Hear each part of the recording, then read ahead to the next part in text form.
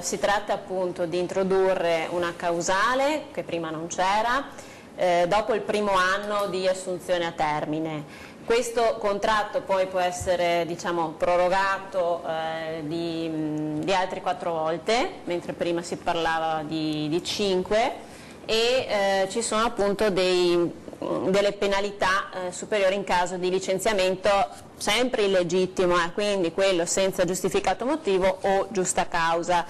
E sappiamo benissimo che quindi non sono tanti i casi, ecco, che si possono verificare. Chiaramente poi sta al giudice capire se si tratta di giustificato motivo o giusta causa, e si spera che ci sia sempre il buon senso nelle persone. Perché c'è un giudice che decide una cosa. Esatto, no? Si spera sempre che ci sia il buon senso come su tutte le cose, ecco. Quindi in fin dei conti non è che ci sia uno stravolgimento o comunque un ingessamento della macchina. Mi pare che l'unica cosa che cambi sia appunto questa sorta di giustificazione, motivazione, che la trovo assolutamente di buon senso.